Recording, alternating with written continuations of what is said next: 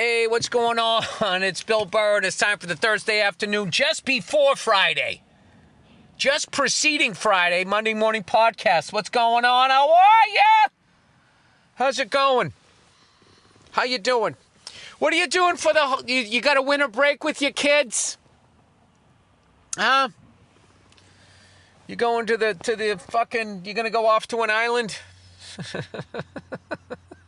Dude, I haven't read one word. Dude, I haven't read one word of that stupid fucking Epstein file shit, and it doesn't matter.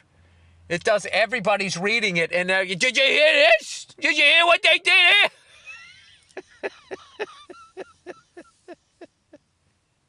here? And evidently, there's no rules as to when you should or shouldn't bring up all this fucking horrible shit. It's like, you know, I'm trying to have a fucking, trying to have a cup of coffee here. Wow. Oh, it's fantastic. It's fantastic. What do all of those fucking racist cunts have to say now? That's my favorite part about it. Bunch of fucking white people. What were my people doing down there? Yeah, tell me again how these other groups are more fucked up than we are. Tell me. Human beings with unchecked power. What could go wrong? What could go wrong? Anyway, have you been watching the Olympics? I haven't. I kind of tapped out on the Olympics. I watched a little bobsledding. The color commentator was brutal. He just kept going, ooh, oh, that wasn't good. That wasn't good. Oh, and he went, yeah, that cost him some time. Oh, not good. That's what he was saying the entire fucking time. He said it about both German teams, and then they proceeded to get into first and second place as this cunt was saying everything they were doing was not good. Yeah, we get it. If you hit the side of the fucking thing, it slows you down. We understand the concept of friction. Ooh, that's not what he wanted to do there. That was not good. That's what you're looking for in a life partner or a coach. As you go down the slide of life... Sorry. Yeah, don't bring up anything good that I'm doing. Just tell me, oh, that wasn't good. Not good. That wasn't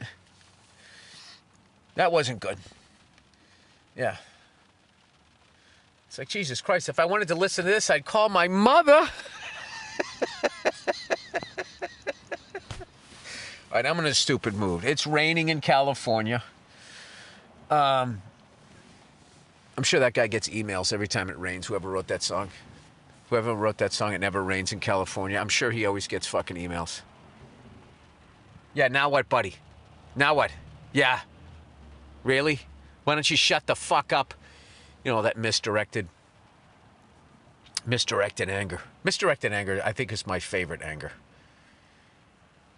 That's it. You know, just the surprise on all the innocent victims' faces. That, you know, personally, that's what I live for. I don't know. I saw this woman the other day, and she wasn't wearing makeup. So right then I knew she was going to be a problem. You know, the second I realized that she had no interest in trying to impress me or hearing what my thoughts were, I was like, oh, Jesus, who's the poor bastard married to this? You know what I mean?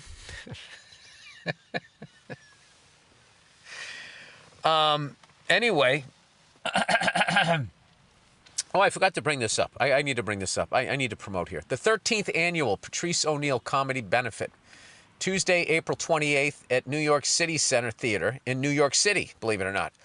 And you have to say that because the Boston Comedy Club was in New York City. At the New York City Center Theater in New York City, doors open at 6:30, show starts at 7:30. We have an incredible lineup with Adam Ray, David Tell, Drew Dunn, Jordan Jensen, Matt Richards, Zarna Garg, and me, Bill Burr. And as always, the evening wouldn't be complete with, you know, arguably one of the best dressed men in comedy, Mr. Rich Voss. You know?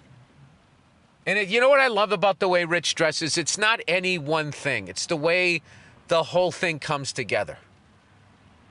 You know, the for us, by us tracksuit with the Fats Domino rings. The goatee from 1997. Salt and pepper in that, you know, to show his wisdom. And then, of course, a pair of giant, oversized Jordan 3s or whatever. Some people hit a point in their life and then they never move past it. And I would say that that's Rich Voss. Somewhere in the 90s, Rich Voss did Def Jam, and I don't think he was ever able to, in a fashion sense, move on from that. His life moved on. But his clothes didn't. All right. That should be enough to get him fucking trashing me the second I walk in. All right. Tickets go on sale tomorrow, Tuesday, February 17th. Oh, shit. That already happened. All right. Tickets went on sale on Tuesday, February 17th at 12 p.m. Eastern, in case you were wondering. All tickets are what they've always been, $75. Tickets can be purchased at patricecomedybenefit.live or by calling the box office at 212-581-1212. Who knew? Who knew you could still call a fucking number and get a person? 212-581-1212. All of this information will be posted on my social handles and on my website. That's right. I still have a website. I'm not ashamed of it. www.billburr.com. And I own the rights to that until I don't. Shout out and thank you to our lovely producer, Maureen Tarrant. She's totally the engine behind this thing. One of the great producers. One of my great friends that I've had in this business. And we've done a lot of projects together, and she always crushes it. See, that's what you do. You want to be successful, but you're a fucking moron. You surround yourself with smarter people that don't have the internal strength to not be berated by you yourself. No, I'm kidding. I would never berate her, nor would she tolerate it. But I'm not saying I wouldn't try. Have you watched any of the Olympic hockey? I heard the USA had a good game yesterday. I don't know what's going on. I don't know where to watch it, when it comes on. Is it one of those 4 a.m. things? I keep catching the replays where all they do is they just edit all the shots that were taken, whether they went in or not. So you just, it's like, oh, on the save. Then you get to another high, oh, hey, oh. It's not a good way to watch hockey. I got to figure out when they're on. Well, Bill, you could Google it. You could get off your freckled ass and you could fucking Google it. Well, of course I could. Of course I could. But then what would I have to complain about? Huh? Here's a conversation I heard at my kid's school yesterday. So the kid goes, hey, do you know how to whistle? Oh, fuck, I forget what the person said. God damn it, sorry. What did they say? Do you know how to whistle? And they said something like, yes, I do, but I... Something about, yes, I know how to whistle, but I can't. God damn it. I can never remember what kids say, because they say it in just such a unique way. Like my son wanted to be done with his meal the other night. Like he just didn't want to eat anymore. So he just goes, hey, Dad, can I be full now?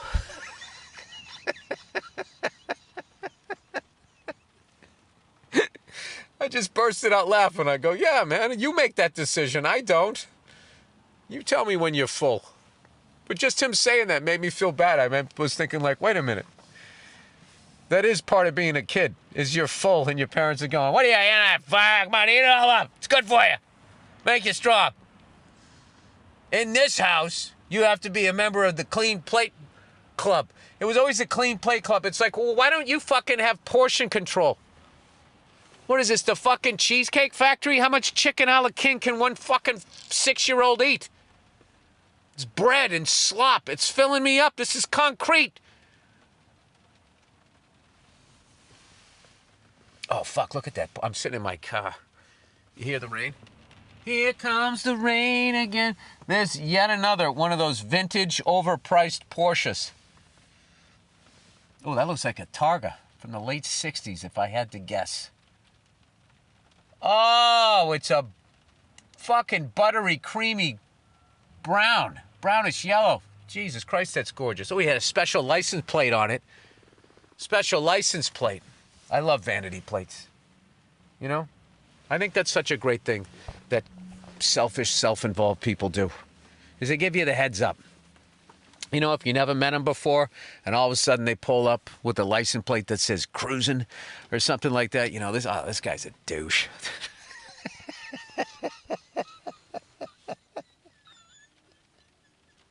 It's over before it starts.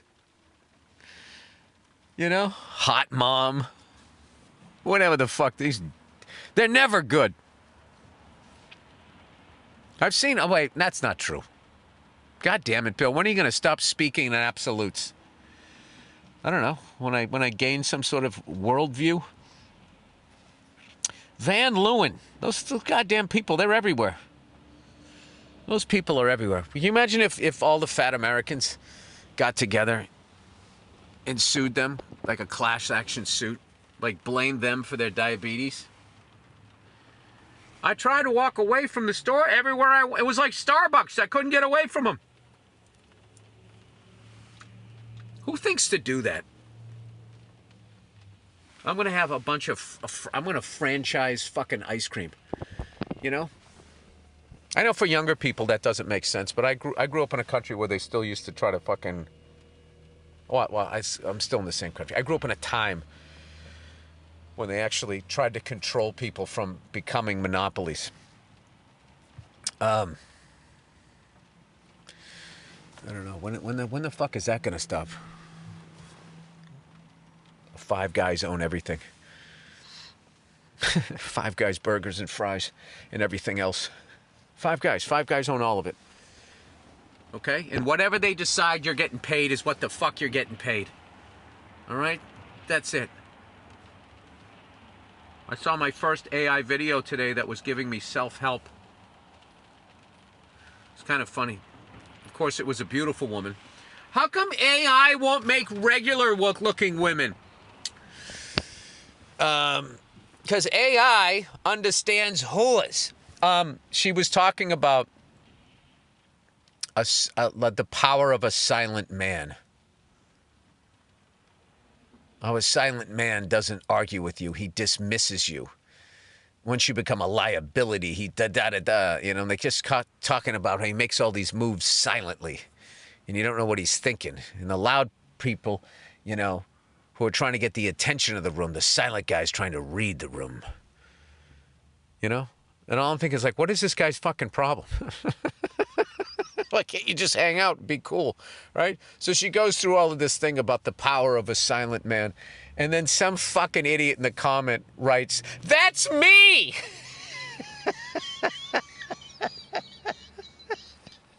So, I don't know, you don't sound too silent to me. Wouldn't you be silent in the comments?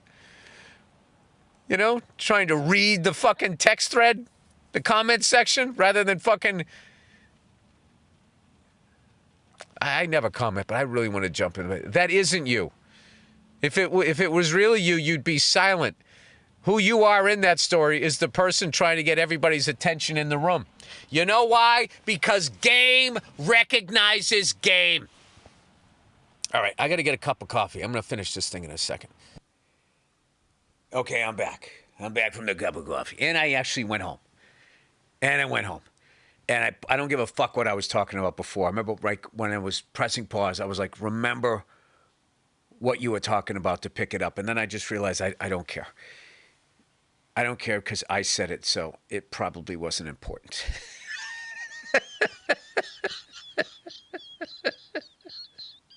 Can you imagine at the end of your fucking life if there was a graph, there was an overall graph on how much you said, and then it broke it down to like how much of it was important and how much of it didn't matter.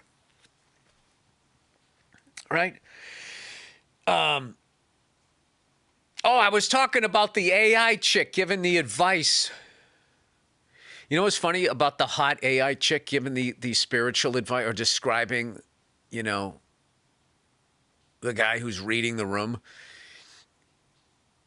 Like, who goes to a party and reads the room? Is there something to win here? Like, I thought we were just fucking hanging out, having a few beers. Most people try to go in and say hello, not me. I go to the corner. I look at people. If someone catches my eye, I look away.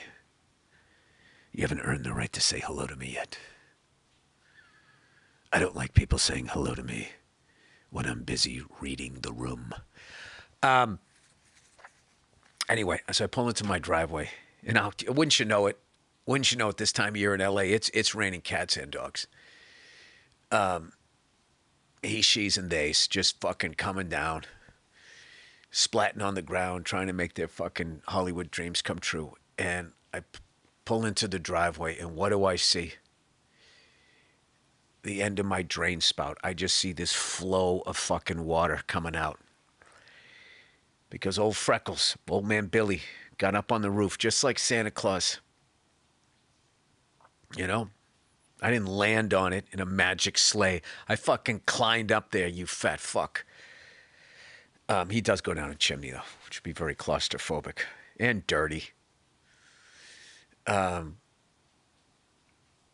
Everybody always wondered, how does a reindeer fly? How does he keep his beard so white, you know, going down all that sooty? You know why? Because most of the chimneys are decommissioned. You can't use them anymore because of these fucking liberals.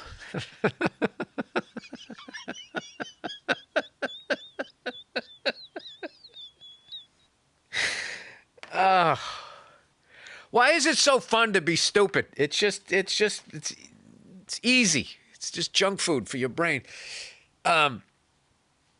Anyway, I fucking came home and I saw the water coming out, and the same thing happened the other day. And both times I took a video of it and I sent it to my lovely wife just to let her know how much I'm crushing it. And of course, you know, I don't know, like they don't have the ability.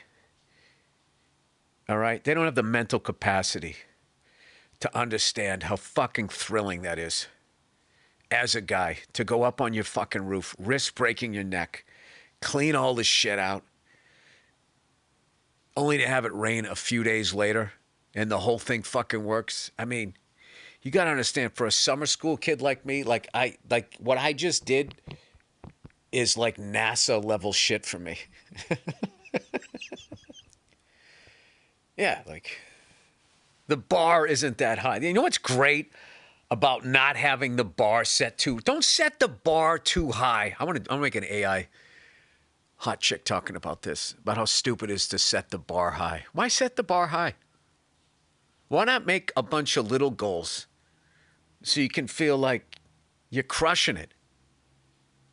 Like yesterday, I came home and I was like, you know what I'm going to do? I'm going to make myself a grilled ham and cheese sandwich with some dill pickles inside and a fucking bag of chips. Okay, that's where the bar was. And I crushed it.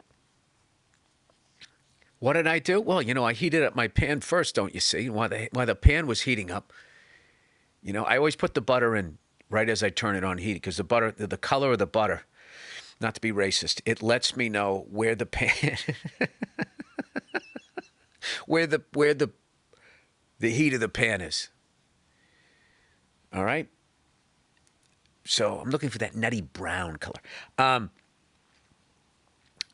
So while I was doing that, you know, I took out some ham and cheese. I'm going to take you through this whole fucking thing. I took out the ham and cheese. All right. Now, the problem is the ham and cheese is coming right out of the goddamn refrigerator. And making a grilled cheese sandwich, you know, there's an art to it where you want it to be crunchy. You want to toast the fucking thing, but you also need the cheese to melt. And doggone it, you know, if the bread's too thick, that's going to get too dark. You're going to burn it before the cheese melts. So it was quite a conundrum. Sorry, I downloaded a new app called Use a New Word Every Day. Conundrum. Fortunately, it doesn't ask me to spell it. So what I did, don't you see, is I got the The butter was the right color, and I put the ham in. I heated it up a little bit. You know what I mean? Heated it up, and then I set it aside, and I put the cheese on top of it, so it's already fucking melting. Then I fucking buttered both sides of the bread, don't you see? And what I do is I then have them, butter to butter, because I don't want it to get on the plate. And then when I'm ready to go in, the bottom one has the ham and cheese. I go cheese, cheese, ham, cheese, ham, cheese, cheese. That's how it fucking works. All right? I'm not repeating it in case you're writing down this recipe. Then I go to stick it in the pan. And the top one, I flip it over so it's butter side down so I can take my bacon press and push it down. And it was working like a fucking charm. And guess what? Guess what I didn't realize? When I went to go flip it with the skillet, with the fucking, that thing you flip it over, a spatula. Sorry, conundrum as far as I go today. I go to flip it. It was sticking to the bottom of the pan. Wouldn't you know, the fucking goddamn ham? The goddamn ham absorbed all the butter. So I had a nice, beautiful toasted bread, and then I had to hack it up, and I fucked it all. I mean, and it happened and I knew it was happening, but I couldn't stop and add more butter because then I thought my pan was hot. It's going to immediately burn. And I just plowed forward through it. And I'm not going to lie to you, this sandwich looked like fucking roadkill. It looked like somebody backed over it twice with a studded tire. And, but it was fucking delicious. It was fucking delicious. Once I put the pickles in there, and then when I give a little sprinkle of sea salt on top, And I ate it, and it was fucking delicious. And I was able to learn something about myself. I was like, I'm a lot like this sandwich. I'm unsightly. I'm a mistake. But goddamn it if I'm not delicious.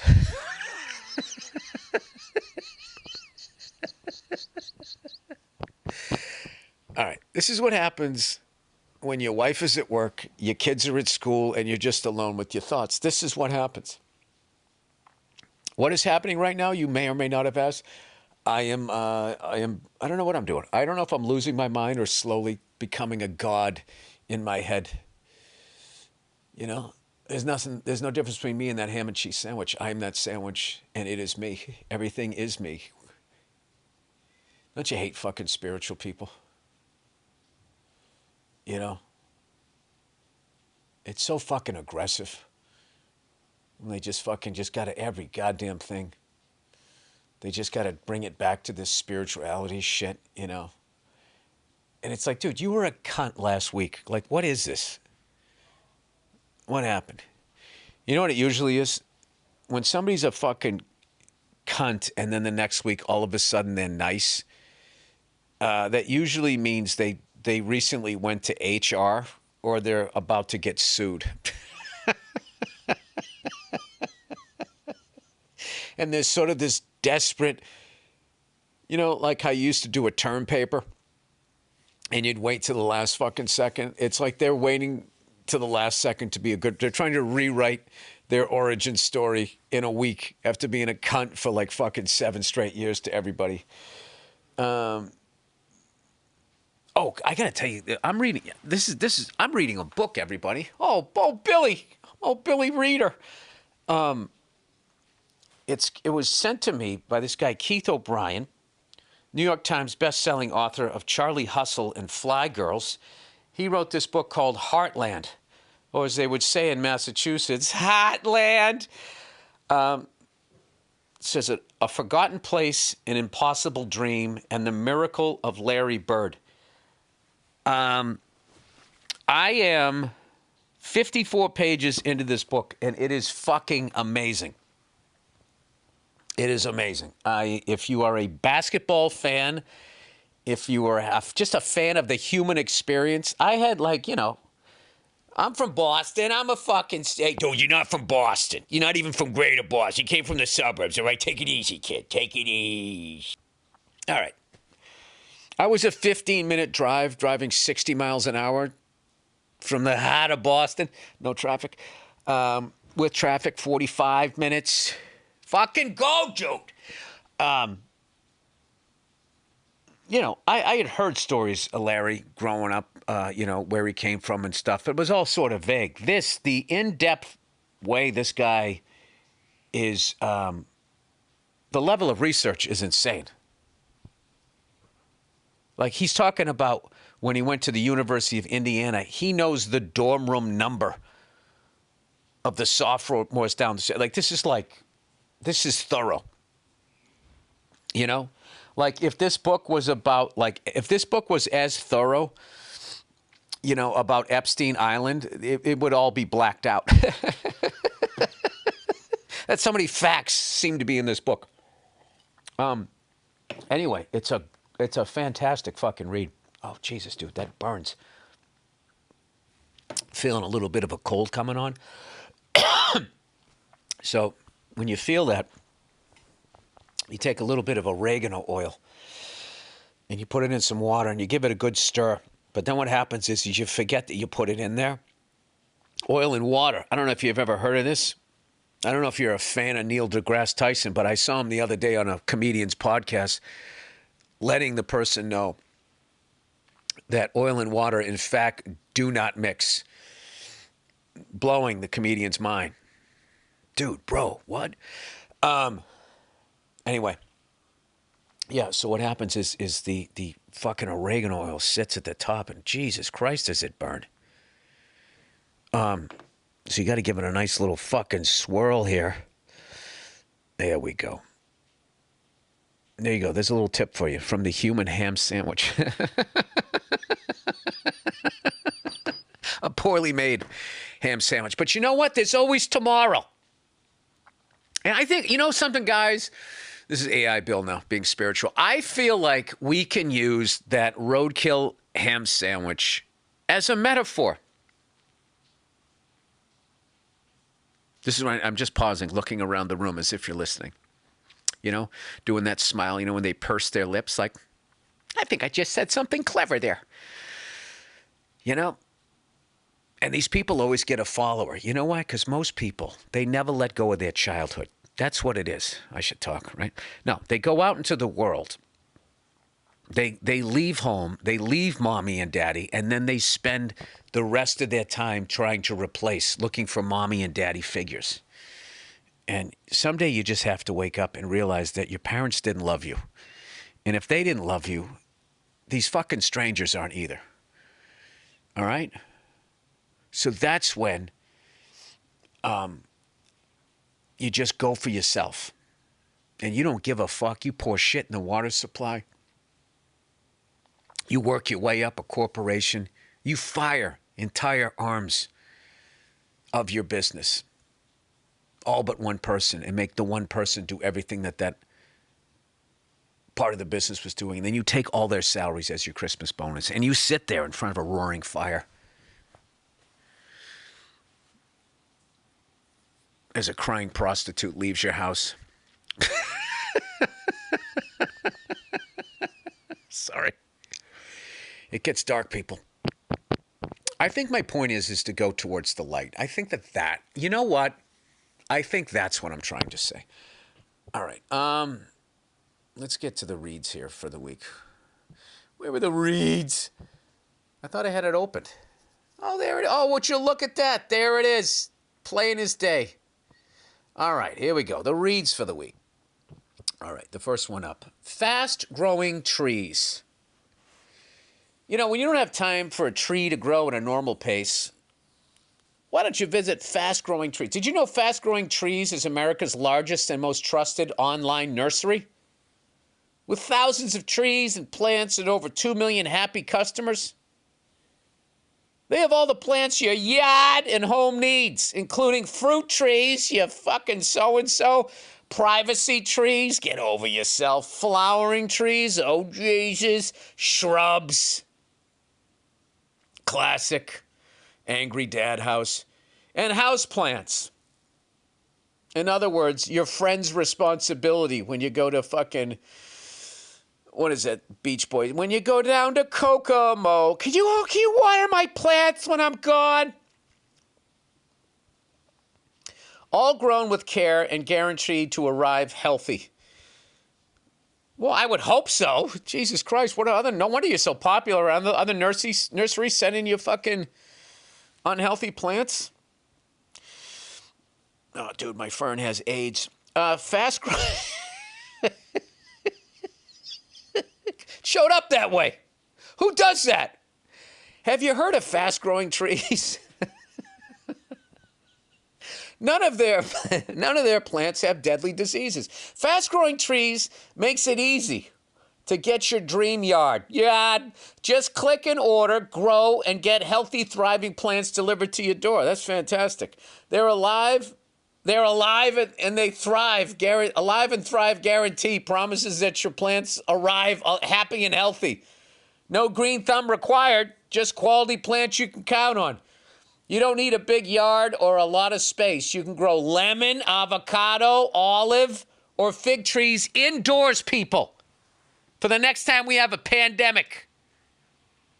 Or the next time a January 6th expands and you don't want to go outside because somebody with a buffalo head is swinging a fucking samurai sword at your shrubs. You can stay behind your bulletproof glass laughing, eating fresh lemons, avocados, olives, or figs. Every plant is backed by our life and guarantee to arrive healthy. Plant scientists on staff to ensure plants are happy and healthy before shipping. I'm going to get some of these lemon, avocado, olive, fig trees inside my house. That's fucking cool. Right next to a fucking armoire. You got a lemon tree. Plant experts on call to help you plan your next landscape project. Find the right plants and learn how to care for them. Support available 7 days a week via email, chat, or phone. Right now, they have great deals on spring planting essentials, up to half off on selected plants, and listeners to our show get 20% off their first purchase when using the code Burr at checkout. That's an additional 20% off better plants and better growing at fastgrowingtrees.com using the code Burr at checkout. Fastgrowingtrees.com, code Burr, B-U-R-R. Now's the perfect time to plant. Let's grow together. Use Burr to save today. Offer is valid for a limited time. Terms and conditions may apply. All right, look who's next. Let me swirl the fucking water here before I burn my goddamn lips again on this fucking oregano oil. You know, there's a secret fucking spice nobody wants you to know about. All right. Quo, everybody. 2026 is the year your business stops acting like a game of telephone gone wrong. If I see one more white person tell me that this year is the year of the horse in the Chinese, so where the fuck were you last year? You didn't say what it was. And last year it was a snake shedding your skin. It's like, you're not Chinese. You don't know what any of this means. It's not your calendar. Shut up. Go buy something at Target. Scattered messages, missed calls, and who's handling this shouldn't be a daily ritual. I thought it said communist. A modern communication system is like giving your team a GPS instead of a treasure map drawn by a toddler. Hey, you don't have to take down maps. Maps worked before GPS. Everyone stays aligned, responds faster, and I'm sorry, that just really offended me. I'm a big map guy, all right? Everyone stays aligned, responds faster, and no opportunity disappears into the void. In that moment of clarity, you'll catch yourself saying, all right, let's fucking Quo. Get it? And that's why today's episode is brought to you by Quo. Q-U-O. The smarter way to run your business. Quo works wherever you are, right from an app on your phone or computer. And lets you keep your existing number. Well, isn't that big of them? When the fuck did my number become your decision? Add new numbers or teammates in minutes. Sync your CRM and rely on seamless routing and call flows as your business scales. I think that means as your business grows. Your entire team can handle calls and texts from one shared number. No more missed messages or disconnected conversations. Yeah, that might be a dick pic you might not want on the same fucking number. This is a little crazy here. All on the same number? What if you text the wrong thing to the wrong number? Everyone sees the full thread, making replies faster, and customers feel genuinely cared for. Oh, it's a work number. Sorry. Strike all. Forget the dick pic. It's easy. Calls, texts, voicemails, transcripts, and contact details all live in one clean view. With full context at your fingertips, your team communicates faster, stays aligned, and delivers a more personal experience. Make this the year where no opportunity and no customer slips away. Try Quo. Let's fucking Quo. For free plus... Try it for free, plus get 20% off your first 6 months. How is it free and I'm getting 20% off? When you go to quo.com/Burr. That's QUO.com/Burr. Quo. No missed calls, no missed customers. All right. I've never been a mathlete, but how the fuck do you get 20% off something that's free? You try it for free in the beginning. That's what I would think would happen. Anyway, all right. That's the podcast, everybody. I hope you enjoy your Thursday and your Friday, your Saturday and your Sunday. I hope you're smart enough, if you live in the United States of America, to remember that it's the United States. You don't go around hating other states. You never played sports? You never been in a locker room where a couple people didn't buy in and the whole thing went to shit? All right? Don't let a couple of loafer-wearing cunts mislead you. All right? Never trust a man that you've seen their ankles. All right. That's one to grow on. Okay. Enjoy the weekend, you cunts.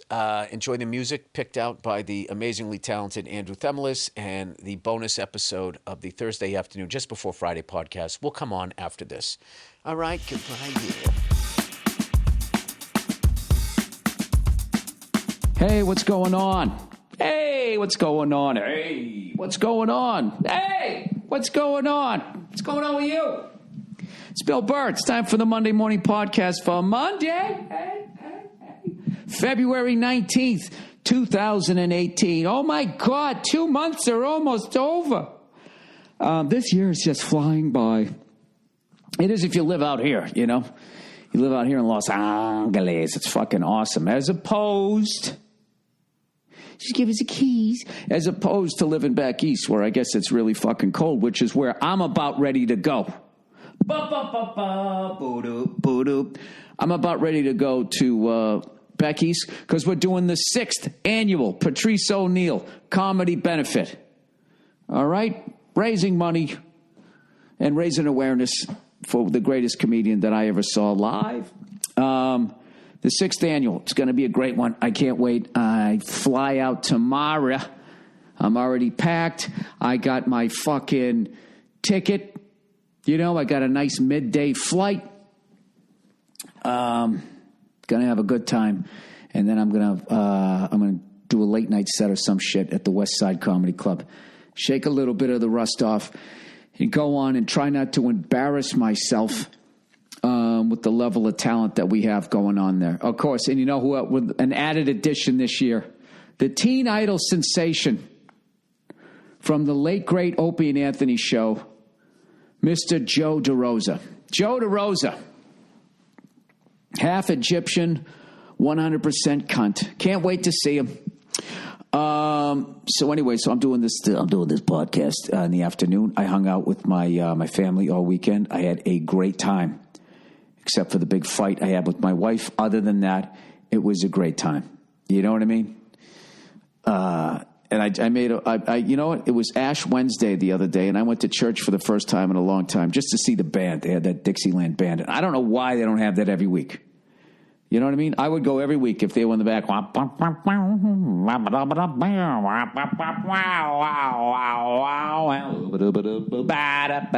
They do that as opposed to coming in with that haunting fucking organ. I fucking died for you, ba ba ba boo boo.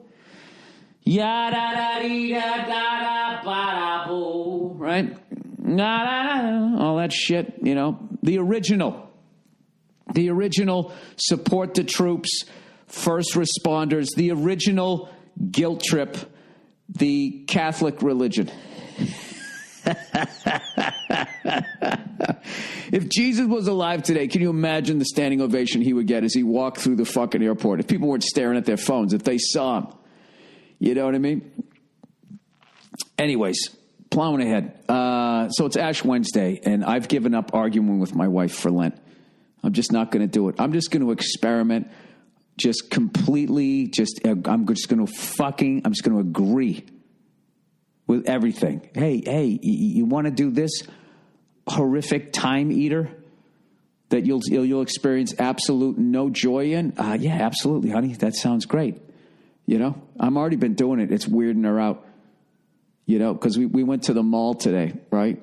Who the fuck goes to the mall on a Sunday? Guess what? This guy. Because I'm not arguing with my wife anymore. Let's go. Go to the mall. Fucking absolutely. Let's go when everybody else has the day off to go, right? So we go down there. It was like it was Christmas. There was so many fucking people down, or the weeks leading up to Christmas, I should say. Just a zillion fucking people. We still had a good time, all right? Don't get me wrong. I love my wife. I love my kid. I love my role as being a father. But Jesus fucking Christ. You know what I mean? It just gets to the point, man. There's just too many fucking people. I start getting like claustrophobic. So we go down to this place, right? We're fucking hanging out and everything. And I'm just looking around. I'm actually glad I went because I haven't been to a gathering of people in a long time. I mean, I know people come out to my shows, but the lights are in my eyes, so I can't see you. And I cannot fucking believe the influence of social media on just people walking around. It was a shit show. I have never seen so much side boob, underneath boob, on top boob. But my wife's going, will you stop staring at all these titties? It's just like, how? They're fucking out. Everybody looked like they were trying to do, was dressed like they were going to a photo shoot to get their fucking, whatever, your main picture on Instagram. All the guys GQ'd up or looking like J. Crew douches. I saw this one woman walking by, and it was just like she looked like she was on her way to the club, and she was pushing a baby. And I accidentally, in front of Nia, I just go, that's not a mom. Moms don't look like that. So Nia's looking at me, she goes, why not? That's what I want to look like. I want to be the hot mom. What's wrong with that? And I was just like, well, I gave it up for Lent. I was like, nothing. Yeah, you're right. And she goes, no, I want to hear what you're thinking. I said, no, well, I gave up arguing with you for Lent. So, she goes, we don't have to argue. You could just tell me what you're thinking. So right off the bat, I'm loving this new power that I have, that I'm not going to argue with her. And then, because I'm not arguing with her, she's not going to know what I'm thinking, right? And that's freaking her out. And all I want to say is, hey, welcome to my fucking world. I never know what you're thinking. Guys, I'm telling you right now, it's not too late. It's not too late. Give up arguing with your woman for Lent. And this is tell them that that's what you're doing. I'm not going to argue with you. And they're all excited. They think it's going to be great. But then you're like taking away one of their major powers, which is their ability to piss you off, and then you spill the beans. They get you all fucking mad and be like, all right, I was an hour late because I had another drink with my friends. You know what? Because I don't fucking break my balls like you do. And then she can be like, oh, so you were out late. All that shit, right? So if you just sit there and you just sit in the fucking pocket, like, what was that movie John Turturro did? Where he played that mobster, and he just did that great thing where he just was sitting there, like barely audible in front of the whatever, some fucking Senate committee, going, I can't answer that on the grounds I might incriminate myself. I can't answer that on the grounds I might incriminate myself. I can't answer that on the grounds I might incriminate myself. He says it like over and over again, this gravelly fucking voice that is so fucking unbelievable. Right there, they should have just given him an award. Just him saying that line over and over again was better than 90% of the fucking acting that I see, right? So, anyways, she's trying to get me to fucking say why, a woman shouldn't be like fucking high heels with her ass fucking jacked up in the air and her tits hanging out, makeup all done, hair all done, all of that shit, pushing around a kid. Now, there really is no reason why she can't be like that. I just selfishly was just sitting there like, I wouldn't want my mom to look like that, because then all my friends would want to fuck my mom.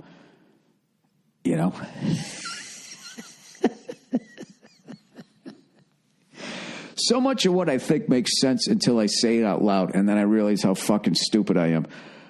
But it was, I mean, granted, I was in L.A. We went right to the Grove here in Hollywood, where it's just like, you know, there was some of the best looking fucking 40, 50, and 60-year-old people I've ever seen in my life. And then you had the young people. Jesus Christ, it was All-Star Weekend. You thought all the whores were down at the Staples Center and the fucking hotels in the surrounding area. No, they were over at the Grove, the regular ones. Everybody there looked like they were trying to fuck an NBA All-Star, and none of them were. They were just shopping. And I caught myself in a mirror, and I was just like, wow, man. I literally looked like I came here in a fucking time machine. I had my old Archie Bunker hat on. And everybody keeps breaking my balls because I made fun of Rogan's hat that one time when I said he had a Little Rascals haircut on, hat on, I was going to say. I love that hat. I just gave him shit because I thought he was going to come at me. It was just a comedian thing. Make fun of his fucking hat. He'll be self-conscious. He can't see it. It's on top of his head. It's going to fuck with him. And then I won't have to deal with Joe Rogan unleashing his genius on my big bald head, right? That's the only reason why. Other than that, I like the hat. So I got a couple of those. I got a little pork pie hat, you know. I got my own little fucking Mr. White from fucking Breaking Bad going on. You shave your head as a white dude. I mean, you got to cover it up, especially if you're a fucking ginger. All right? I'm not trying to spontaneously combust. I live in a desert out here. I got to keep the sun off me.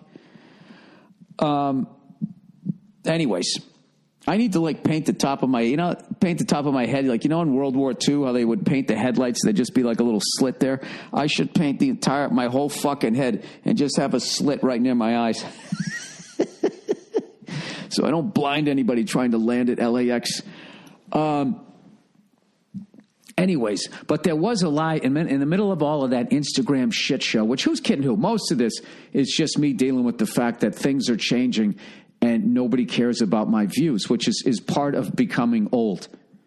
It's just sitting there like, wait, that used to be a shop where you could buy peanuts, right? Nobody cares. Nobody cares, old man. You had your time. It's fucking over, right?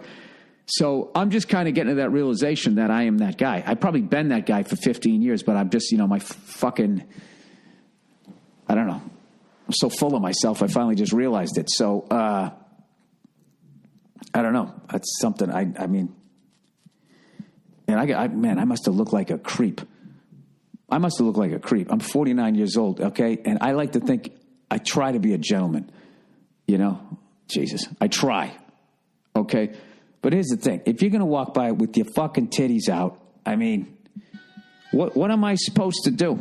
That's my new fucking, you know, when I get a text, like some gumshoe shit, it drives me nuts, and I love it. I'm fucking winning, man. I'm not arguing with her. It's driving her nuts in a little way, you know? Because she said, well, we don't have to argue, but I still like debating. So I said, oh, what's going on with you? As always, my wife doesn't talk like that. That's just how I hear it in my head.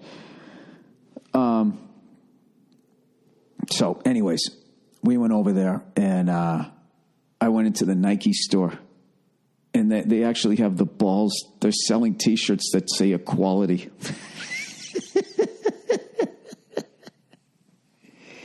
And I'm thinking, like, isn't this the people, was it them or Apple that had the sweatshop where people would jump into their deaths? I can't remember. But then I looked it up, and it says that Nike has made big strides, no pun intended, in their fucking sweatshop environment. Which, I mean, what do you have to fucking do? You know, give one person a sandwich, and then you get a higher rating than last quarter? I don't know. Top 10 ways to improve a sweatshop. Number 1, buy a fly swatter. One fly swatter for all 10,000 employees. Number 2, what else could you do? Have a door where people can go home at some point. A working bathroom. I don't know. They're all fucking... Why do they have... You know what I mean? It's so fucking dumb. When I was a kid, they made shirts in this country, and it didn't cost you $1 zillion. But now they're just like, you want to make shirts in this country? It's going to cost you anything. Because it's not because it costs so fucking much to make a shirt. It's because they're not going to drop their profits. So it's like, all right, if we can't pay this guy 30 cents an hour, we got to pay an American fucking $10 an hour, then you're going to eat the cost in the shirt, okay? Because I'm not having a smaller yacht. You got that, fucko? And by the way, I gave to the president's campaign. You didn't. So what I say goes. That's how I think it works, without ever having researched how much it costs to make a shirt. That's how I formulate my opinions. You know, I look at a couple things, then I get paranoid, and then I just start running my freckled fucking yap. And for whatever reason, enough people listen to this podcast that I continue doing it twice a week. All right? Do you ever think about that as you sit in your cubicle, giggling and laughing to yourself that you're just enabling the disease of a sick man? Maybe. I think I'm sick. I don't know what the fuck I am. All I know was the titties were out at the fucking mall, and I was walking around looking like a skinny Archie Bunker, and I don't give a fuck. You know? My wife goes, well, don't be fucking... Dude, this one girl walked by, right? Giant ass. Giant, round, fucking ass. And I think she bought salamis from the White Shadow, salami short shorts off of the White Shadow, and that's what the fuck she had on. Her fucking ass was out. I was like, Mia, look at that. Turn around, look at that. She goes, look at what? And she turned around, she goes, Jesus Christ. Yeah. Guys, you gotta stick around and raise your daughters, okay? I'll tell you right now, if that woman, that barely a woman wearing those fucking shorts, if her dad stuck around for her entire childhood, I swear to God, I'll have a gun in my mouth. If you can be a good dad and your daughter still goes to the mall with half her fucking ass hanging out, I don't know. Maybe is this part of the fucking, the Me Too thing? The empowerment of women? If a woman wants to walk around with all of her ass hanging out, that's her fucking choice. You know, that stupid shit now? Where it's like basically women can now do whatever the fuck they want without consequence. You know? Ignoring the number one fucking rule of nature, which is you have the way you wish the world is and the way the world really is, and you have to act accordingly. You could walk around with your ass hanging out. I wouldn't do it. That's not something I would do, but, you know, it is your ass, and if you want to have it out. Remember that George Carlin book bit that he did? He goes, you ever notice 90% of women who are against abortion you wouldn't want to fuck in the first place? It's one of my favorite. That's just fucking hilarious, you know. That's a lot of times when you sit there and you know, women are bitching about being catcalled. Some of the fucking women who fucking complain about that shit, you're just looking at them going, are you fucking kidding me? Are you kidding me? I swear to God, you walk by a construction site, the only thing you're going to hear is the sound of people hammering nails. Get off your fucking high horse. You know, or maybe that's because I'm not exactly a good-looking person and I don't have sympathy for people who get like a standing ovation when they walk by a fucking job site. Am I really supposed to feel bad for you? Woo! I understand. It's scary. I always looked at it like, you know, like whenever as a guy you watch like the beginning of Shawshank Redemption and everyone's chanting fresh fish. That's must be what like, you know, a certain, you know, level of good-looking woman feels like when she walks by a construction site. However, in 2018, all women seem to be acting like they're that good-looking. And the reality is you're not. Okay? Which brings me to Olympic figure skating. All right? If I hear one more fucking figure skater talking about how they had to starve themselves because they weren't the right body type to fucking twirl around in the fucking ice, I mean, am I really supposed to feel bad for you? Okay? You've entered a fucking beauty contest. All right?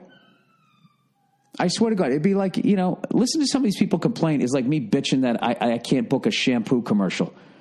Or how come I can't be the spokesperson for copper tone tanning? Because you're a bald, pasty, freckled cunt that no one wants to look at. We're in business here. We're trying to make money. Right? So that fucking, what the fuck is her? You know, I love that I don't even know her name. Oh no, Tanya Harding. I guess I don't know the other one's name. Nancy Kerrigan. I know them both. You know what I mean? That was just all about a little fucking runt of the litter chick, all right, who should have been like a power lifter or something, and she decided that she was going to figure skate. I mean, they have figure right in the fucking job. You got to be all long and fucking sinewy. Everybody knows that. I don't fucking get it. You got to like fucking, you got to like dumb it down. There's a lot of weird shit going on right now. I heard Sports Illustrated use nothing but women photographers this year as some sort of sign of strength with women. It's just like, well, wait a minute. So all those guys who you used to hire, did any of them get busted for doing anything wrong? Or did they just all get kicked to the curb? I'm not buying any of this either. Now everybody has to like do something. This is like the vagina version of like the fucking ice bucket challenge. It's like, why can't I just give you money? Why do I gotta like dump shit over my fucking head? What's the cause? Is it worthy? Is the money actually going to the victims? Fine, I'll give it to them. These stupid shows of strength. I don't know. God, I'm in a fucking mood. So Friday night, me and my wife went down to go see Black Panther. All right. And I enjoyed the movie. Nia loved the movie. I enjoyed it. But, you know, I had a little sippy sip before I went in there. And then I had 2 hits of weed. And it's just the weed that they make nowadays. It's just, you know, I'm trying not to drink. I don't want the calories, right? So I had a couple hits of weed. I was like tripping. So I'm sitting in that fucking movie, right?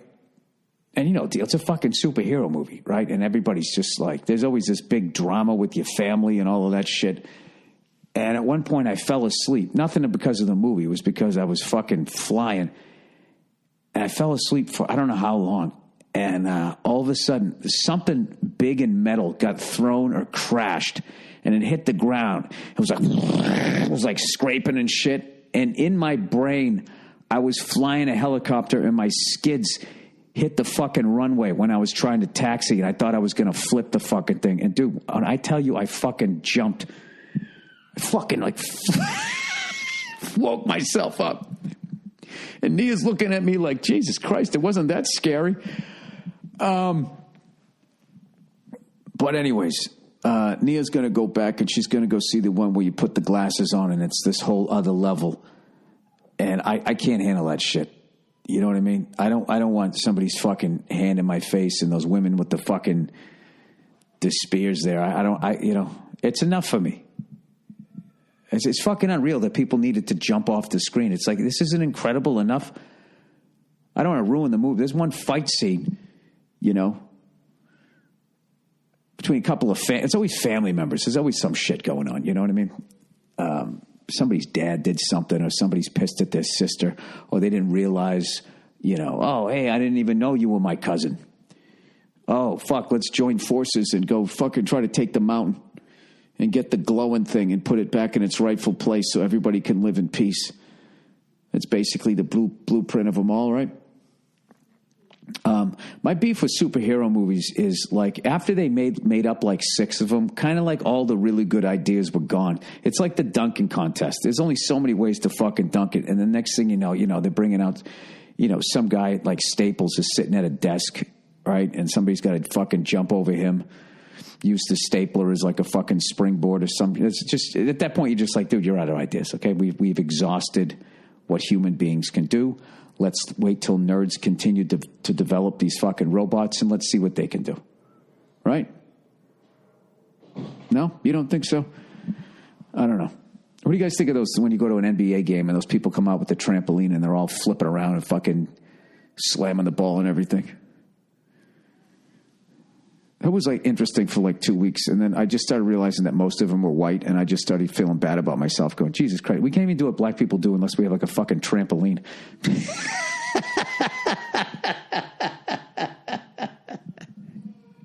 And I hate whatever form of entertainment that is, that fucking excitement that they're trying to pass on to you. I'm just too much of a jaded cunt. You know, when they fucking have their eyebrows up, you know, and they're fucking nodding as they come out.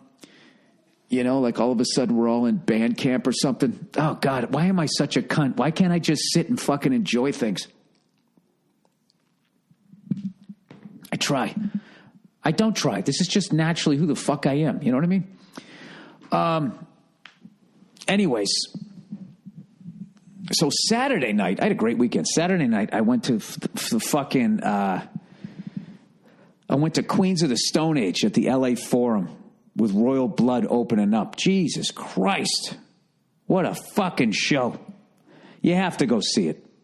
You got to go see it. I've heard nothing but great things about this tour coming up. So I was really excited. And every fucking time that band was in town, I've been out of town every fucking time. They played the Wiltern. I was out of town.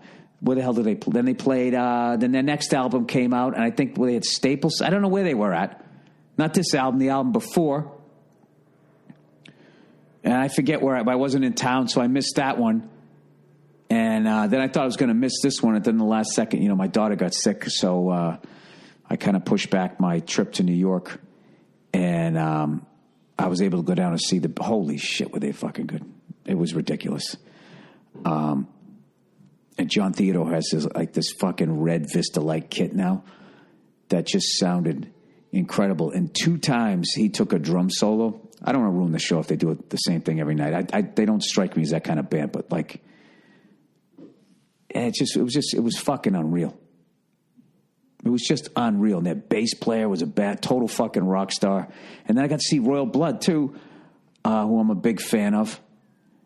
And me and Del Rey got there a little bit late, but we caught like half of their set. It was just 2 fucking people, bass player and drums, killing it. Everybody going nuts. And I always love seeing shows at the Forum too, because I can't believe like how small that place is compared to like the Staples Center, which is like gigantic. And the Forum holds just as many people. There's just not so many bells and whistles in there. And every time I go in there, I just look down where the floor used to be, being like, this is where Magic, Worthy, Kareem, that's where McHale, somewhere in one of these corners, clothesline Kurt Rambis. This is where the fucking 76ers came in and kicked the shit out of the Lakers in 83. This is where that Piston team beat the Lakers, I think.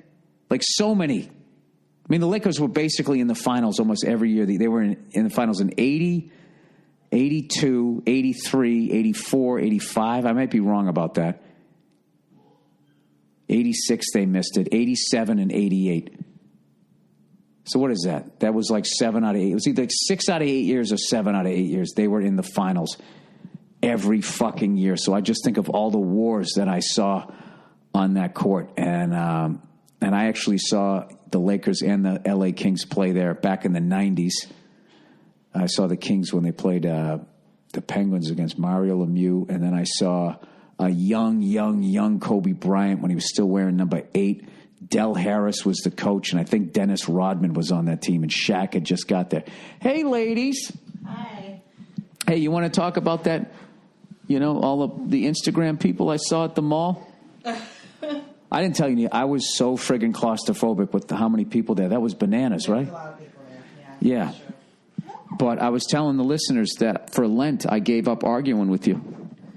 Oh, is that what that's about? Huh? It's Lent? Well, it doesn't have to be Lent, but why not? Isn't it 40 days? 40 days. I'm not going to argue with you. So right now, if you want to, If you want it, you can get it. No, any like shit that that, any stuff. Sorry, sweetheart. Sorry. Hi. Hi. My daughter got her ears pierced. I was so against it. Oh, but she looks so cute. Yeah, she does. I know, but she's just like, why? I was wondering. Oh, you want to see something cute? Why don't you put on my little pork pie hat? This is the most adorable thing ever. Watch this. Huh? You going to start crooning for us? Look at you. Strangers in the night. You like Daddy's? Isn't that a Barbra Streisand song? Or did he? Oh, no, he sang that too. Then he scat sang in the end. She keeps kissing the microphone. Doobie doobie doo. There were. Hey, don't crush my head. What was your problem with hot moms at the mall? What's wrong with that? I don't have a problem with it. You're right. Okay, so this is a no arguing. I don't know what it was. It was boring podcast. If you're not going, I know. I wonder. I guess. It was what you were saying. I was just wondering, like, how committed like, are you? It just seems really self-involved. Like I mean, I can't get a tan, but let's say I could get a tan. Right. All right. Oh, you almost fell there, kiddo.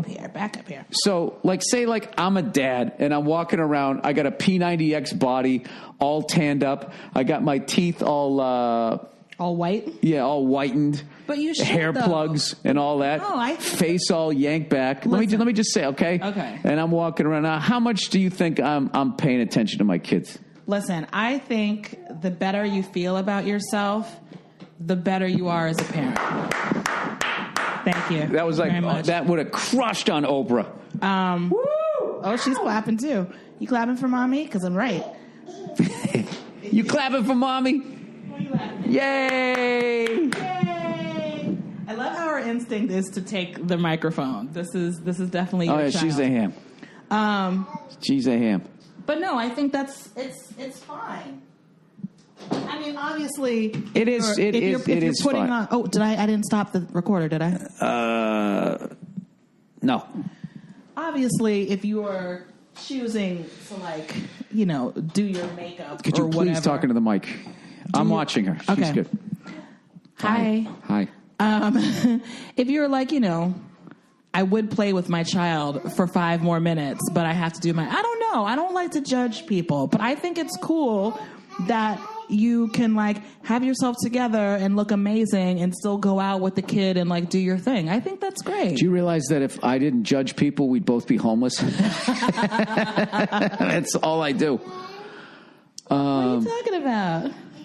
I told him how I passed out in Black Panther, and I thought I was in a helicopter crash. You did pass out, but to be fair, you started boozing before we went. I had one glass. It was a big glass, though. It's a big boy glass. You a big boy? Yeah. You got your big boy glass? Yeah, it's Could have a little sippy before the movie. Oh, it was a home big pour. Boy. Yeah. Anyway, you had a big glass, and then we did the other thing. So I'll tell you right now, on that thing, you were pretty faded. No, I wasn't even buzzed off of that. You were walking down the street. You were. That was because you have that psycho weed. I always forget to just take a hit and a half. I don't have psycho weed. Well, I'm not a weed. Lightweight. Yeah, I am. And I went in there, and all of a sudden, this is my brother. And I was just tripping. Yeah. And then I passed out, and that spaceship or something crashed. Did you feel it when I jumped? Too bad you passed out, because it was a really good movie. I thought it was what you saw. When I saw it, I really enjoyed. The acting was great. I like the evil awesome. brother. I'm going to see it. The evil brother and the evil white dude were great. So I like the evil brother too. Actually, I feel like I don't want to spoil it for those who. Yeah, let's stop talking about it. All right. I guess it only just came out, but I'm going to go see it again tomorrow in 4DX. Have you ever heard of this? What are they going to do? They're going to. It's like a Universal ride where the seats move and maybe they spray you with the garden hose. Yeah, I don't really feel like it's necessary for all that, so I'm glad we saw the regular. Look at this child. I'm glad we saw the regular version so I could really concentrate on the story. Okay. So what are they going to do? They're going to, like, throw stuff at you? I have no idea. We'll see. It's like Gallagher meets going to the movies. Oh, God, I hope not. Gallagher's got great material, though. And nobody understood. I'm telling you that Sledge-O-Matic was ironic. He was making fun of advertising, and then everybody took it at face value. Like, I hope he takes a big thing of cottage cheese and I get hit in the face with it. Yeah. They didn't get it. What's this? What are you giving me? Can I have that? Anyways. Thank you. I got to read a little bit of the advertising here. All right. Well, we came in to say. Oh, to say good night. Yeah, to say good Sleep night. tight and pleasant dreams to you. There's a wish and a prayer. What song was that? Well, every dream. That was in the Lawrence Welk show. Come true and now to be. It's how white a guy I am that you married. Adios, au revoir, Avida Zane. Good night. And then they'd come in with the end of the Lawrence Welk show. Is he the guy that Fred Armisen? That was basically our Soul Train. Black people stole Soul Train from. That was your Soul Train? Lawrence Welk, yeah. Sounds like. And now, Bobby and Susie, we're gonna. Like your nap time. Hey-oh, because it was boring. Is that the Sorry. Is that the guy that Fred Armisen would make fun of, like do imitation of on on SNL? And then, like, Kristen Wiig would come out as the, like, weird woman with, like, the little hands. It might. No, I don't. There was nobody with little hands on Lawrence Welk. No, I know, but I'm just saying. I don't know. I don't know what Lawrence Welk is. That definitely sounds like some white shit. Cool. Whoa. Whoa. Huh? You all excited you're walking around?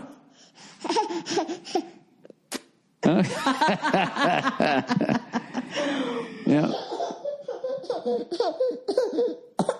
What's so funny? She just cracks up to herself like all day long. I know. I want to be like, what do you think? What is out of place in the universe that it just struck you as funny? Remember when she was like super, super little? She'd just be crawling along and then she'd just stop and just go kee. Like she just has her own little secret thing going on. That's so cute. She has an imagination. All right, let me. I got to read some. Wait. Advertising. No. She's going to touch the mixer. Okay. Hey, beautiful. Can you say bye-bye? I'll see you. I won't see you in the morning because I know. Huh? Kiss. Thank you. Thank you, honey. Can you say bye-bye? Bye-bye. And a kiss for all the listeners. All right. Bye-bye. Oh, I have to sing the MeUndies song, and she can't be in here for this. Okay. Hi. Daddy is an idiot. And he makes money saying filthy things. Let's go. All right. Come on. All right. See you later. Bye. Bye. All right. Come on. These people are getting bored, Nia. Okay. They're getting bored. Hey.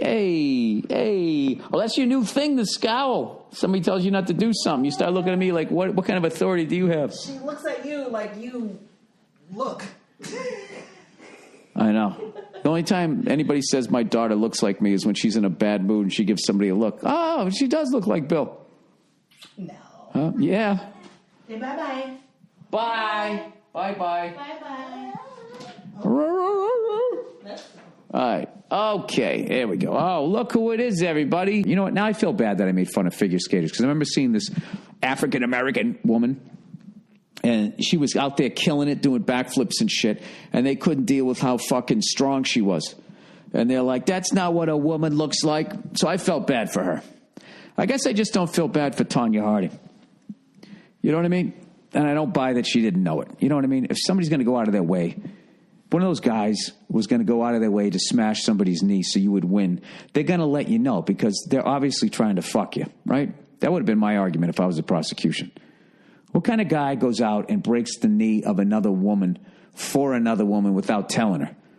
I mean, he's a guy, all right? He's a heterosexual guy. I mean, it's somewhere there has to be a blowjob at the end of the rainbow or he's not getting out of bed in the morning. No further questions. All right, gun control, everybody. Oh, JJ's. I stepped into it with this one. I'm trying to see if somebody can just explain to me. I'm open-minded about it because I don't know shit about guns. Why you need an AR-15 to fucking defend your house? Do people break into your house in packs of 40? That's all I'm asking. Or is it better in a tight spot?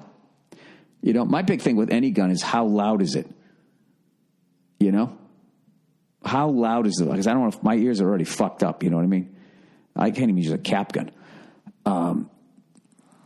I think I'm going to go with just like bear mace. You know? All right. Gun control. I love that you spray mace and then the guy's still coming at you. Then you got to run through the cloud that you just fucking sprayed. Now you both fucking can't see shit. All right. Gun control. Here we go. Billy Red Balls of Fire. Huge fan and love your work. Much respect and enjoy your success. Thank you. I'm a lifetime NRA member and I believe in the Second Amendment. Oh, Jesus fucking Christ. We get it. I'm a Metallica fan, and I like to rock. Can we not be so fucking redundant? Jesus fucking Christ. Okay, but being that it is an amendment, we could change it to correct it for today's everyday events and happenings. All right, these school shootings could be narrowed down if we would do away with assault rifles. Now, I know there's a lot of gun people right now going, this isn't a real gun person. This is some liberal fucking hippie. He glued a beard to his face, He rented a bass boat, and then he sanded this in, trying to act like he speaks for me. He does not. All right, these school shootings could be narrowed down if we would do away with assault rifles. Yes, there would still be violence in schools, but a 20 or 12 gauge shotgun is a lot harder to hide than a 9mm Glock. I also have a good idea. Right now, you can go to a Bass Pro Shop, Walmart, and half a dozen other stores to buy ammo. Since here in New York, we have to register our guns annually, we could also make a state-run ammo-only store. State-run ammo-only store, kind of like Canada's beer liquor store. Buy your guns wherever, register them with the state annually, and buy your ammo through the state. That way, any large or odd ammo purchases would be tracked.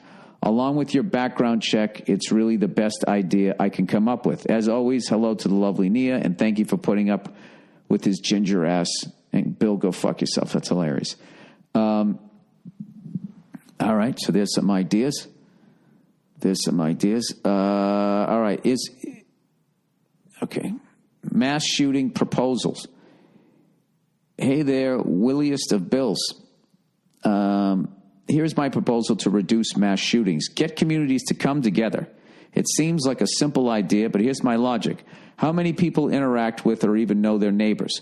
My parents divorced when I was 4 years old, and during my alternating custody, I noticed a few major differences in their individual happiness. And one of the minor details, period, was my mother always made it a point to say hi to her neighbors and hand out cards on the holidays, where my father avoided neighbors at all costs. It sounds like me. And also was talking shit and saying negative things. Also sounds like me. As an adult, I don't dole out gifts, but I do make it a point to say hi and shoot the shit with all my neighbors. I believe if communities regularly interacted or even held monthly or seasonal events like block parties, they could build a trust and dependence for each other. And if you notice a neighbor kid acting shady, it could be noted and the kid could get the help they needed without feeling disconnected and abandoned. As I said, it's a simple solution as much as I'm a simple man. May one or more gods or fewer bless you and your family, and go fuck yourself. P.S. I was raised around people of the LDS faith, Mormons, and I see these interactions between them regularly. Anecdotal evidence or not, it's an idea. All right? Okay. Gun response. I just want to hear what people have to say. I usually comment on this shit. Because I don't know shit about this. I guess that's what it is. No one has been able to tell me why you need. Yeah, I just wish a gun owner would be fucking honest when it comes to assault rifles. Why do you want what do you need an assault rifle for? And it's like, I don't need one. It's just fucking awesome to just go down to the gun range and go, yeah, right? And just fucking have a good time with it. It's like, who needs a fucking Ferrari? Nobody, right? Nobody needs a fucking Ferrari. All you need is a Prius to get to work.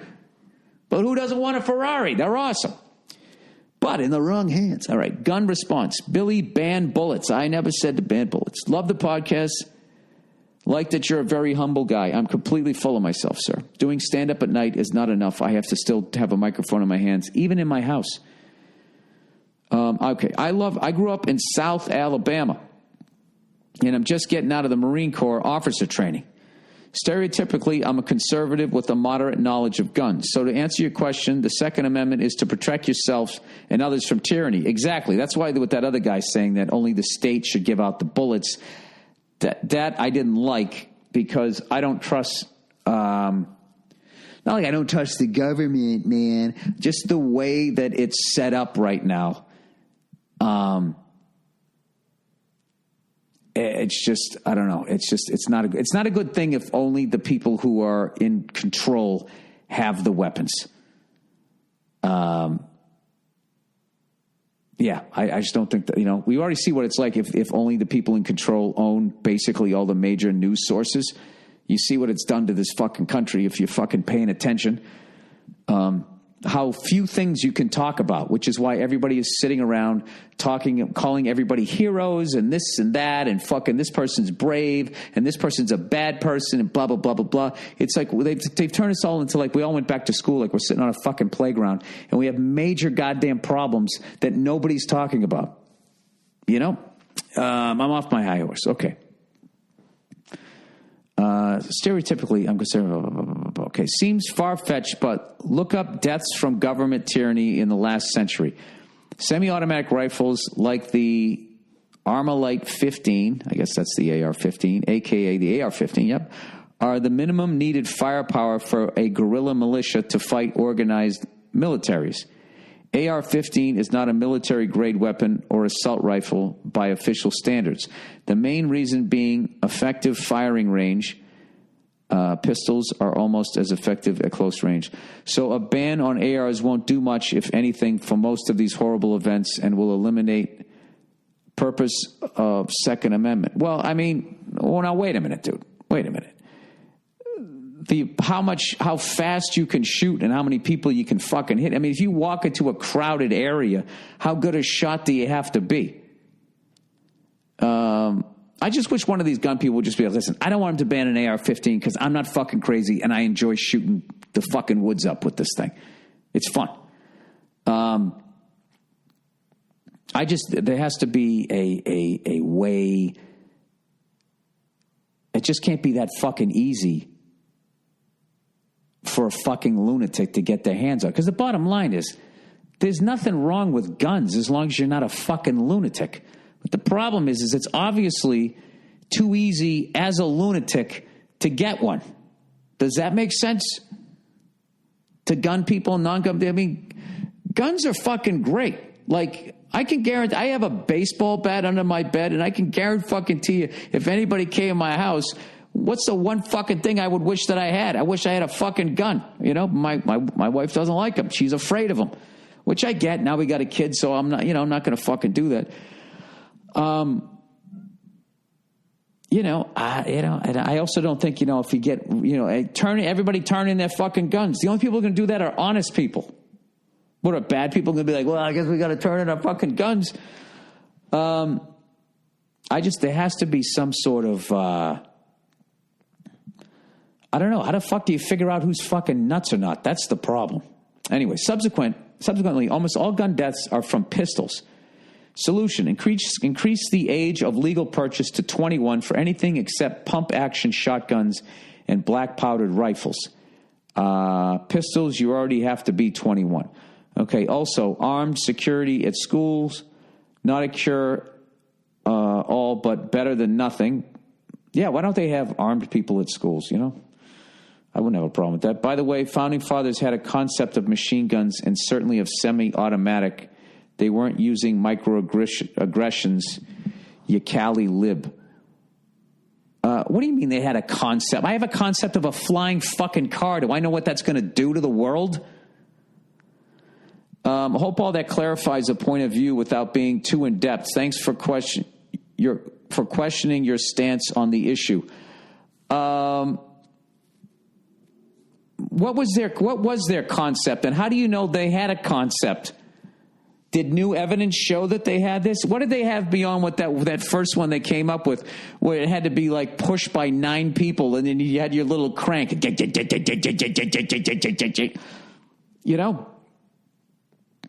Then the guy who came up with the machine gun, he wanted to do that to lower deaths. There's some other bullshit I heard. Like, he was just like, well, this thing can shoot as much as an entire platoon. So you won't have to have a platoon, then you can have less people in the army because this person's going to be shooting just as much. And then all the sickos at the top were like, then we will have a platoon of platoons with all machine guns. And it just keeps, that's war. That's a completely different fucking thing. I'm going to go out on a limb, and I don't think the Founding Fathers had a concept of what the fuck, of the level of population. I mean, there's just so much was fucking different back then. That they had the concept of an AR-15 and a fucking food court in the 1700s. Maybe they did. I mean, they were pretty, I don't know, flying kites with keys on them. I guess that makes you a smart guy. I don't know. All right. Gun. Yeah, but I like this because nobody's telling me to go fuck myself or anything like that. You notice people, when you just sort of ask what you're thinking, people will then act civilized. As opposed to all you idiots on fucking, I shouldn't say it, opposed to all of you individuals who all have a right to your opinion. The way you guys address each other on social media is, I don't know. It's just the quickest way to having a vein popping out of your forehead. All right, gun ESPN. Billy Musket mug. I don't know what that means. It's funny. You're right about the media turning the shootings into ESPN for killers. The number they keep throwing around is 18 this year. They're counting suicides, a time where a gun went off in a car. Another was a kid who pulled a police officer's trigger in class. Here's an article about it. No, I was saying that in the mass shootings, the way they say, like, this is the deadliest, this is the third deadliest, this is the most blah, blah, blah, blah, blah. And then they splatter the person's face all over the fucking news. And I just don't think that they should show the person. They should die anonymously. And that's it. I would even not even cover the fucking story. I mean, the people that need to know. People that lost people or had people affected by it, okay? And I don't know. To go beyond that, then what am I sitting there watching it for? So I can watch people cry and see people with the worst day of their fucking life? Why do I need to know that happened? Okay?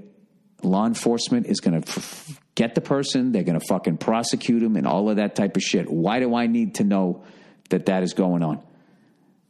I can't defend myself against it. I'm not going to go do it. Right?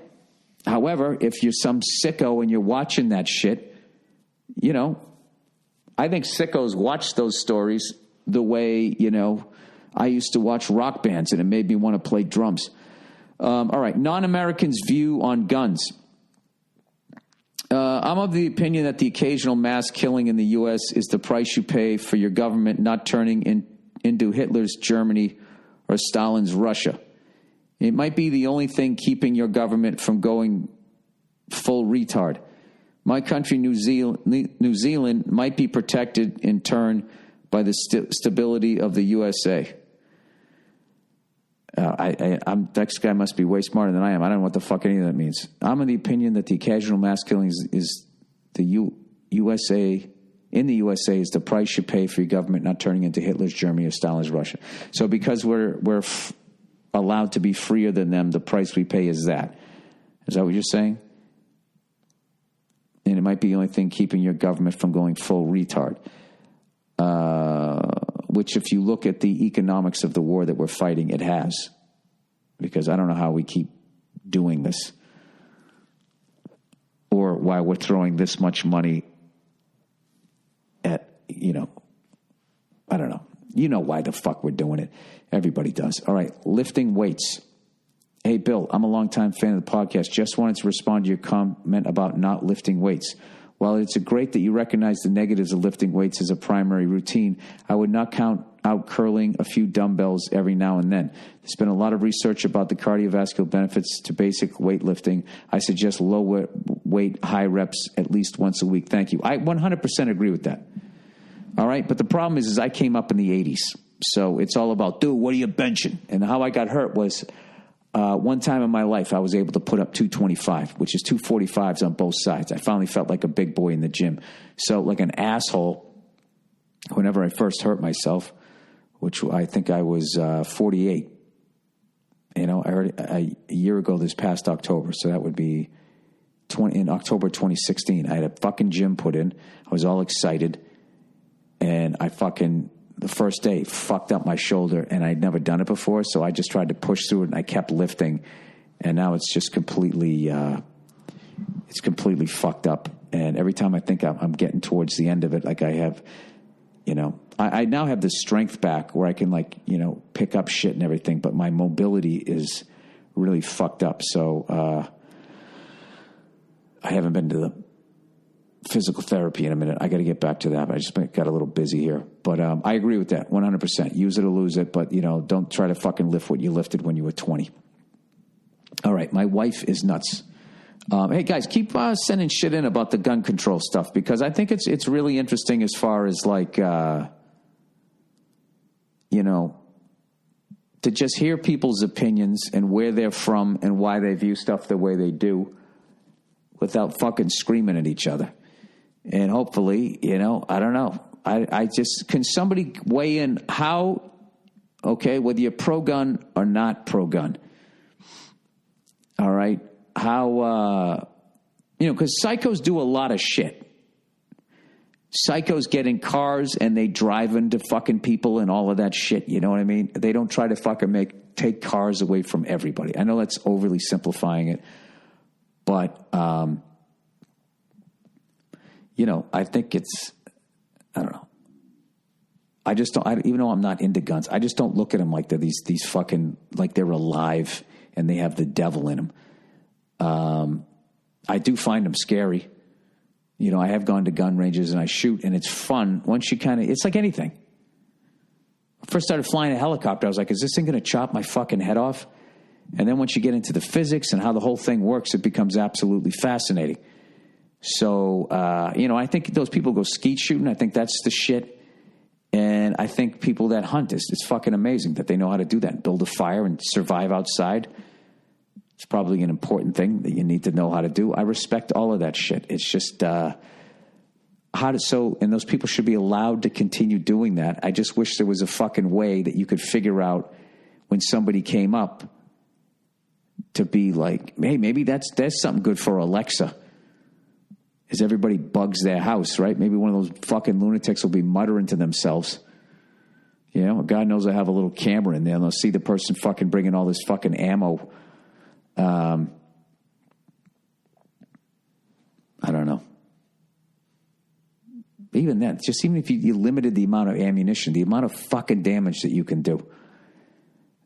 I would think just buying a box of bullets, it's fucking nuts. I didn't like talking about it. It's so fucking creepy. All right, wife is nuts, but I appreciate everybody calmly discussing this, and I respect all of your opinions. All right, wife is nuts. Bill, longtime listener of the podcast. Dude, can you shed a light on why my wife is unable to have a real conversation about anything tangible? Politics, current events, music, sports, etc. I swear she has no interest outside of her work and trashy TV. Teen Mom, TLC shows, etc. It's kind of sad. She used to be so interesting, but now that she's a mom, she's a bore. Well, she's tired, man. Life is just not fun to her. I love being a father, but I just sense she can't handle the life side of her life. What gives? She's a fantastic mother to her son, but is mailing it in as a wife. All right, I'm not going to lie to you. I've run into these kinds of problems, all right?